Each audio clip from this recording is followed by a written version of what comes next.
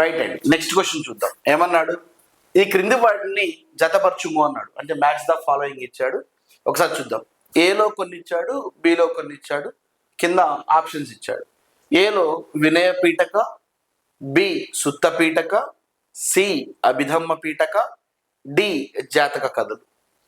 A it side ఏమో option 1 వచ్చేసేమో బుద్ధుని జన్మ వృత్తాంత కథలు, ఆప్షన్ 2 వచ్చేసేమో బౌద్ధ భిక్షువులు మరియు సన్యాసులు అవలంబించాల్సినటువంటి మార్గదర్శక సూత్రములు, 3 వచ్చేసేమో బుద్ధుని యొక్క ప్రవచనములు మరియు బోధనలు, డి వచ్చేసేమో తాత్విక చింతనకు సంబంధించినటువంటి ఉపదేశాలని చెప్పేసి అన్నాడు. ఇది గౌతమ బుద్ధుడి గురించి సంబంధించింది. భారతదేశంలో మనకి బౌద్ధ మతంలో ఓకేనా గ్రంథాలను ఏమని పిలుస్తారు సార్ అంటే త్రిపీఠకాలు అని పిలుస్తారు. ఆ 3 పీఠకాల్లో ఒకటి వినయ పీఠిక, 2 సుత్త పీఠిక, 3వది అభిధమ్మ పీఠిక. ఓకేనా? ఏం చెప్తుంది వినయ పీఠిక అంటే, వినయ పీఠిక మొత్తం ఏం చెప్తుంది సార్ అంటే బౌద్ధ భిక్షువులు మరియు సన్యాసులు అవలంబించవలసినటువంటి మార్గదర్శక సూత్రాలన్నీ కూడా ఏ గ్రంథంలో ఉన్నాయి సార్ అంటే వినయ పీఠికలో ఉన్నాయి.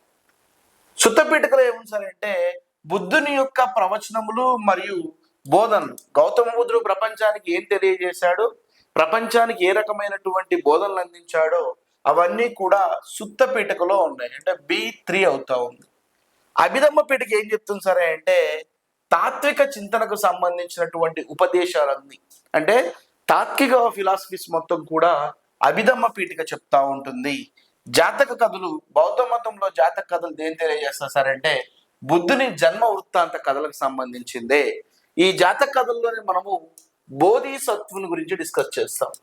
ఒకసారి అడిగినటువంటి ప్రశ్న ఏంటి సరే అంటే బోధిసత్వులు అంటే ఎవరిని అడిగాడు?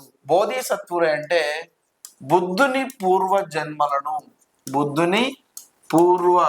జన్మలను ఏమని పిలుస్తారు సార్ అంటే బోధిసత్వులు అని పిలుస్తారు. మనకున్నటువంటి గ్రంథాలు ఏం తెలియజేస్తున్నాయని అడుగుతున్నాడు. వినయ పీఠిక, సుత్త పీఠిక, అభిధమ్మ పీఠికను కలిపేమో త్రిపీఠకాలు అంటారు.